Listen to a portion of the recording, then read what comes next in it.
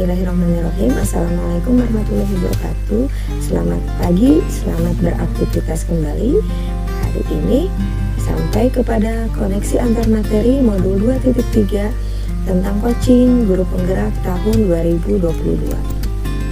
Saya Diana Kusmawati, SPD CGP Angkatan keempat, SDN Babakan Cianjur, Kecamatan Ngamprah, Kabupaten Bandung Barat. Kunci pembuka potensi seseorang untuk memaksimalkan kinerjanya, coaching lebih kepada membantu seseorang untuk belajar daripada mengajarinya. Whitmore 2003. Menurut Ki Hajar Dewantara, bahwa pendidikan adalah proses menuntun tumbuh kembang anak sesuai dengan kodrat dan irodat yang dimilikinya, agar anak tersebut memperoleh kebahagiaan dan keselamatan baik sebagai individu maupun bagian dari masyarakat.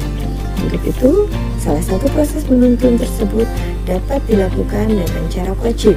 Dalam coaching, guru berperan sebagai coach dan dapat menuntun murid sebagai coachee dengan mengajukan pertanyaan untuk menggali segala potensi dan kemampuan yang dimiliki murid dengan tujuan menuntun dan mengarahkan untuk mencari solusi.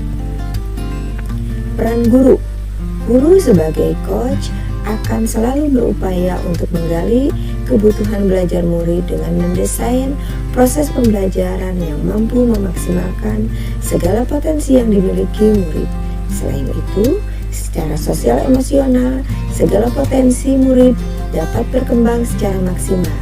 Proses coaching dapat berjalan dengan mengoptimalkan ranah sosial emosional sehingga setiap murid mampu menyelesaikan setiap masalah dengan potensi dan kemampuannya sendiri.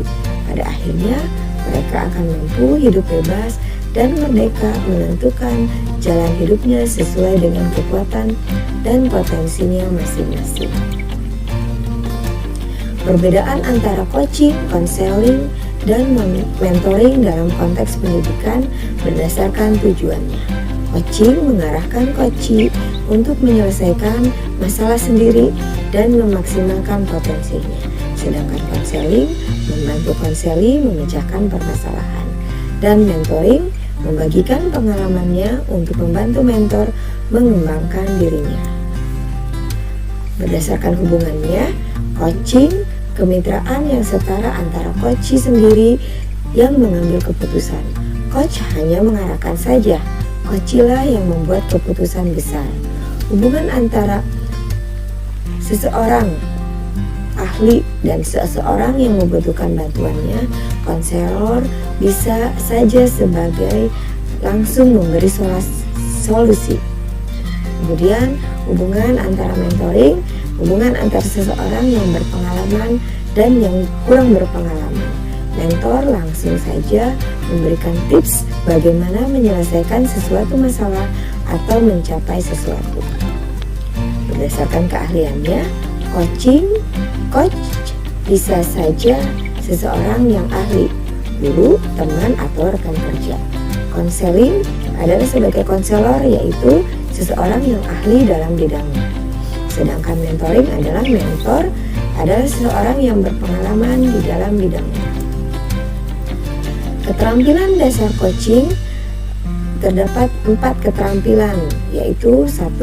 Keterampilan membangun dasar proses coaching, yang kedua keterampilan membangun hubungan baik, yang ketiga keterampilan memfasilitasi pembelajaran, dan keempat keterampilan berkomunikasi. Coaching model Tirta. Yang pertama, tujuan, identifikasi, rencana, aksi, dan tanggung jawab. Berdasarkan tujuan, yaitu menyampaikan tujuan coaching. Yang kedua, berdasarkan identifikasi, memberikan pertanyaan-pertanyaan dan umpan balik yang mengarah pada identifikasi coaching. Yang ketiga, rencana aksi, yaitu memberikan pertanyaan-pertanyaan dan umpan balik mengenai rencana aksi coachee dalam menyelesaikan permasalahan. Dan kemudian tanggung jawab, yaitu memberikan pertanyaan-pertanyaan dan umpan balik mengenai komitmen coachee dalam menjalankan rencana aksinya. 4 aspek berkomunikasi untuk mendukung praktik coaching. Yang pertama, komunikasi asertif. Yang kedua, pendengar yang baik. Yang ketiga, bertanya efektif. Dan yang keempat, umpan balik positif. Koneksi antar materi modul 2.3. Filosofi Ki Hajar Dewantara berpendapat bahwa pendidikan bertujuan menuntun tumbuh kembang anak, kodrat anak sehingga dapat memperbaiki lakunya. Nilai guru penggerak dan visi guru penggerak adalah menciptakan ekosistem sekolah yang budaya positif untuk memenuhi kebutuhan belajar individu. Pembelajaran yang berpihak pada murid, penerapan pembelajaran yang berdiferensiasi, pembelajaran sosial emosional, dan coaching. Merdeka belajar melalui pembelajaran yang berpihak pada murid dapat mewujudkan murid yang merdeka dan berkembang sesuai dengan potensinya. Topir pelajar Pancasila, terciptanya well-being murid. Terima kasih. Demikian koneksi antar materi hari ini. Sampai jumpa lagi. Terima kasih. Salam sehat selalu.